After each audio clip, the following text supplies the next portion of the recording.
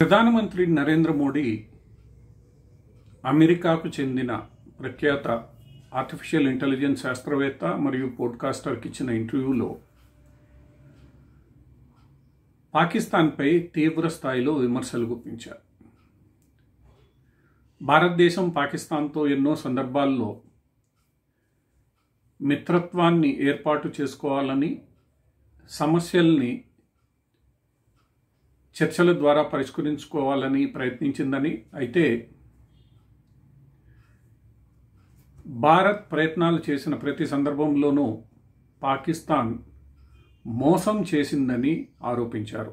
ఈరోజు పాకిస్తాన్ ప్రపంచ తీవ్రవాదానికి ఒక కేంద్రంగా ఉందని, పాకిస్తాన్ తాను పన్నిన ఉచ్చులోనే పడబోతోందని, ఇప్పటికైనా పాకిస్తాన్ తన అంతర్గత సమస్యలను దృష్టిలో ఉంచుకొని ఈ తీవ్రవాదం అనే ముసుగుతో భారతదేశంపై దాడి చేయడం మానుకోవాలని ఆయన హితవు పలికారు. భవిష్యత్తులో ఇలాంటి చర్యలకు ఎటువంటి తావు ఉండదని, చర్చల ద్వారానే సమస్యలు పరిష్కారం అవుతాయని నరేంద్ర మోడీ వ్యాఖ్యానించారు. నరేంద్ర మోడీ చెప్పిన మాటలను మనం చరిత్రలోకి వెళ్ళి పరిశీలిస్తే, పాకిస్తాన్ చాలా సందర్భాల్లో నెహ్రూ పాకిస్తాన్ను నమ్మిన తర్వాత పాకిస్తాన్ కాశ్మీర్పై దాడి చేసింది. ఇప్పుడు ఉన్న పిఓకేని ఆక్రమించుకుని నెహ్రూను మోసం చేసింది. అటు తర్వాత కూడా కాశ్మీర్లో ఎన్నో అలజడులను పాకిస్తాన్ నెహ్రూ హయాంలో చేసింది. ఇంకొక యుద్ధానికి కూడా దిగింది. ఆ తర్వాత బంగ్లాదేశ్ ఏర్పాటైన తర్వాత జరిగిన సిమ్లా ఒడంబడికను పాకిస్తాన్ నిర్లజ్జగా ఉల్లంఘించింది.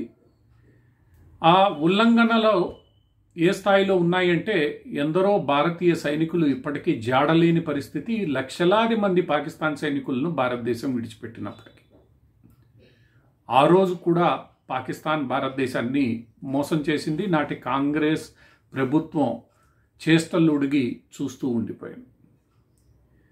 ఇక వాజ్పేయి హయాంకి వచ్చేసరికి, వాజ్పేయి లాహోర్ బస్సు యాత్రను చేపట్టిన తర్వాత ఆ బస్సు యాత్రలో వాజ్పేయి లాహోర్ వెళ్ళి తిరిగి వచ్చేలోగా కార్గిల్ యుద్ధానికి పాకిస్తాన్ శ్రీకారం చుట్టింది. కార్గిల్లో ఎందరో భారతీయ పోరాట యోధులు, యువకులు ప్రధానంగా తమ ప్రాణాలను బలిదానమియ్యాల్సి వచ్చింది. ఎట్టకేలకు కార్గిల్ యుద్ధాన్ని పాకిస్తాన్ విరమించుకోవాల్సిన పరిస్థితి ఏర్పడింది.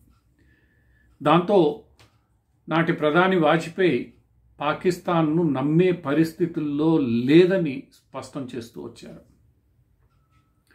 అటు పిమ్మట మన్మోహన్ సింగ్ వచ్చిన తర్వాత పెద్దగా ఈ దిశగా ప్రయత్నాలు జరగలేదు. ఎందుకంటే అప్పటికే పాకిస్తాన్ను ప్రపంచం, భారతదేశం నమ్మడానికి సిద్ధంగా లేరు.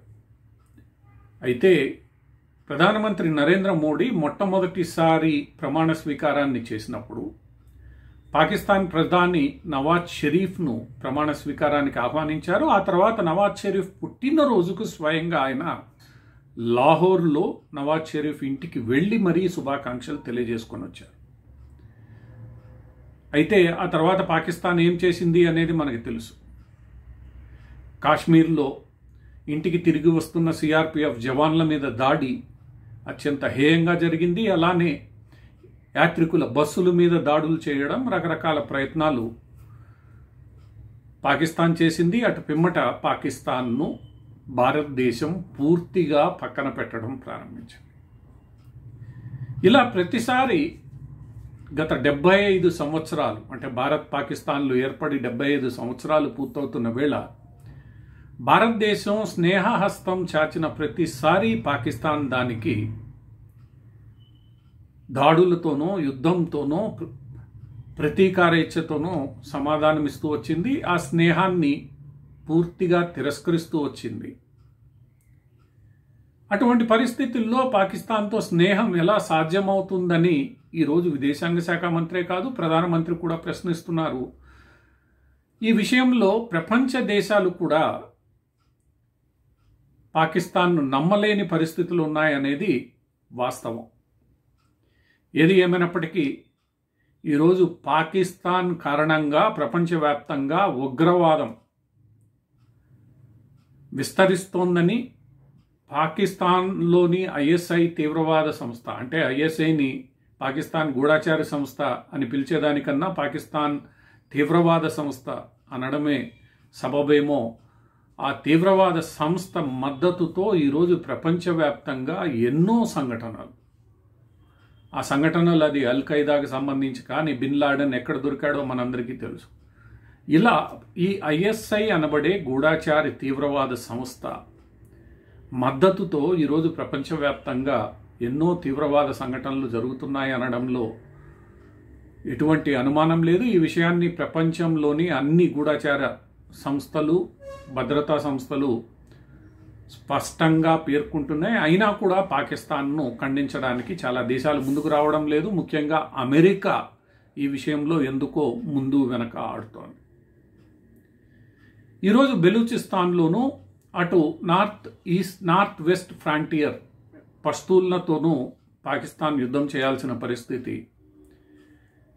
నానాటికి ఆ యుద్ధంలో పాకిస్తాన్ సైన్యానికి ఎదురుదెబ్బలు తగులుతున్నాయి. అయినప్పటికీ కూడా పాకిస్తాన్ సైన్యం దేశంపై తన పట్టు విడవడానికి సిద్ధంగా లేదు.